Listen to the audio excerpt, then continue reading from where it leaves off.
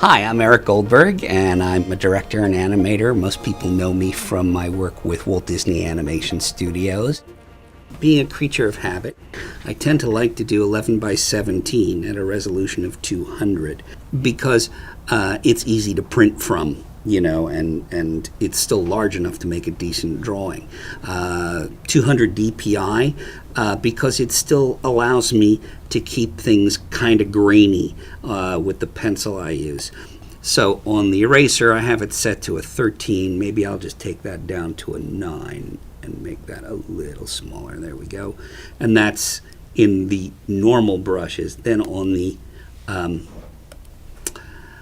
brush I'm going to draw with, I actually use the dry media brushes setting in the menu, and I go to a number 6, and then I take it down to a 4, and I use that both for underdrawing and for tying down. Hang on a second. There we go. So I'm going to add a layer, and I'm going to start doing my underdrawing. Now, when I like to animate on paper, I tend to like to underdraw lightly.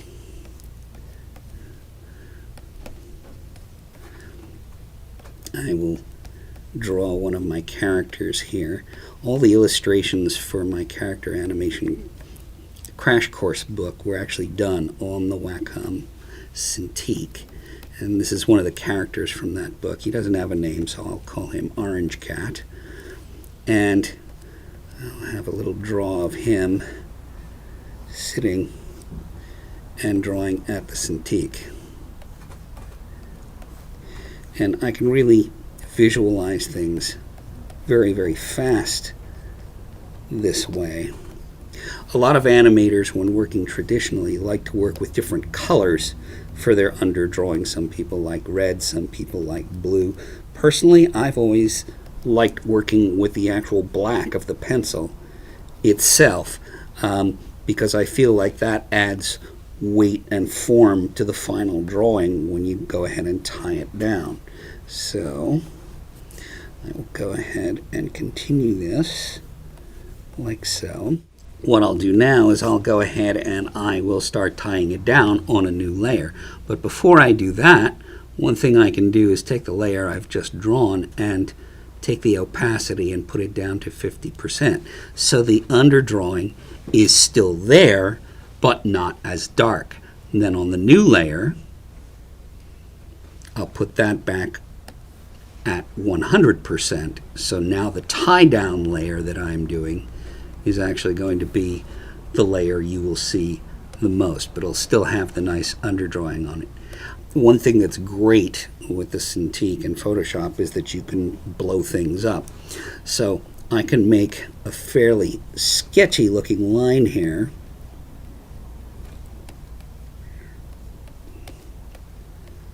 It still feels like a pencil drawing, but when I reduce it back down, it gets nice and crisp. Still feels like a drawing, but I have the ability to actually work much, much larger and still feel that tooth and grain to what I'm drawing here. I know some people have felt that the pencil glides too much, or the stylus glides too much on a Cintiq, and they find it a bit of a slippery slope. I actually love it.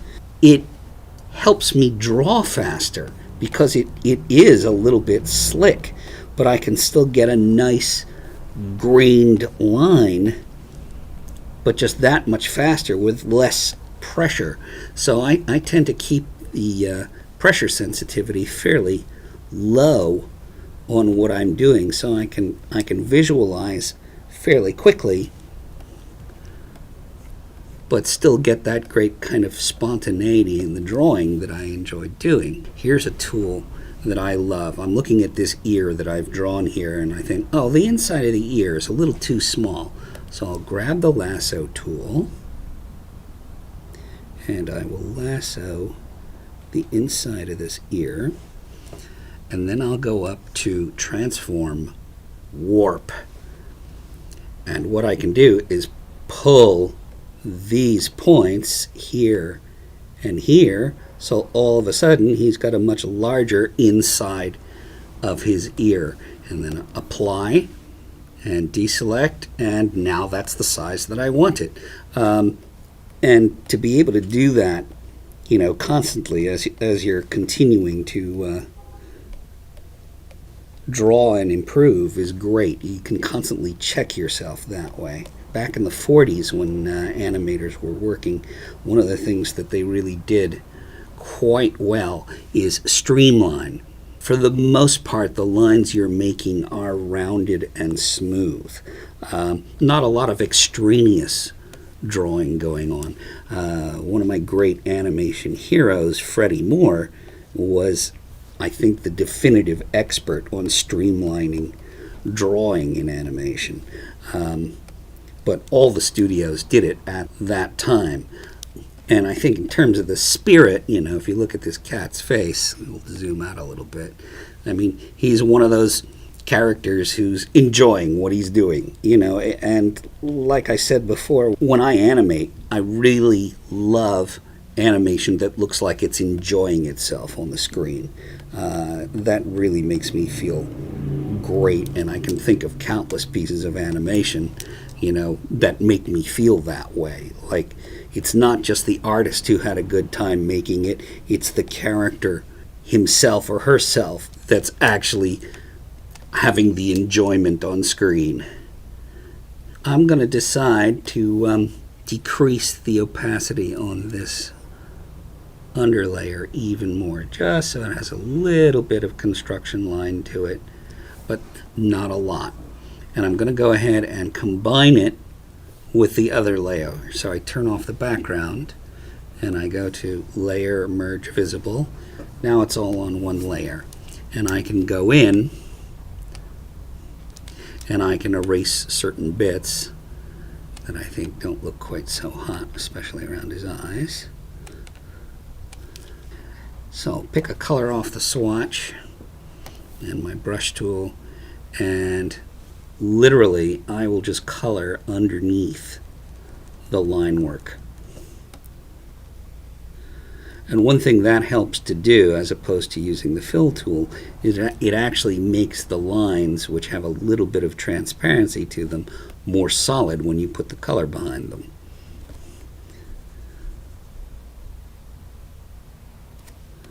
I will go for a larger brush, so it won't take quite as much time. There we go, that's a little better.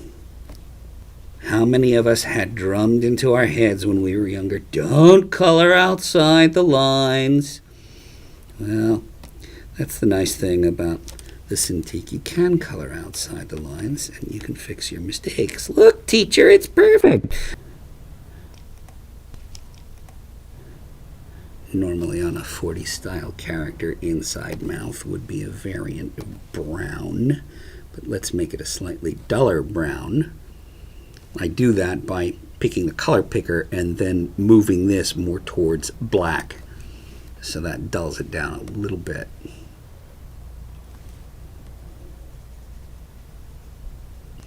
And by dulling it down, it actually helps it recede back into the cat's head cavity a little more. Inside ears and his muzzle are this yellow. Now, one thing that's great if I mess up here is that I can always use the eyedropper tool. There's the eyedropper tool. Switch that and get back my original color, so I can go ahead and repair this bit here and then go back to the rest that I was going ahead and coloring.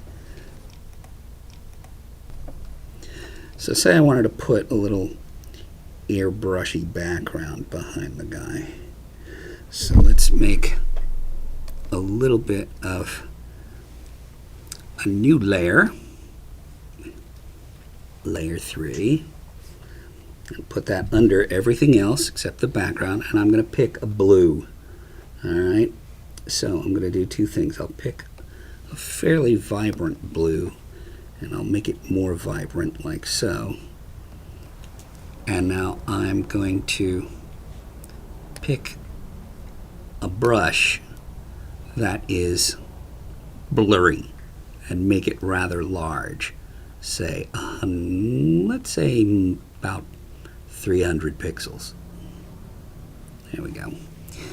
And what I'm going to do then is just do this behind our friend cat here. Now, maybe I think that's a little too dark, so I take the layer tool, go to layer style, blending options, and I just take down the opacity a little bit to make it a little more of a pale blue. And go back to the color layer, find some white, pick another solid brush, and call that, say, maybe a 13, and just fill in his eyeballs, and fill in the highlight on his nose, and sooner or later you get something that looks semi-reasonable. Well, I hope you got a little bit out of that. Thanks for joining us. Happy drawing, everybody. See you later.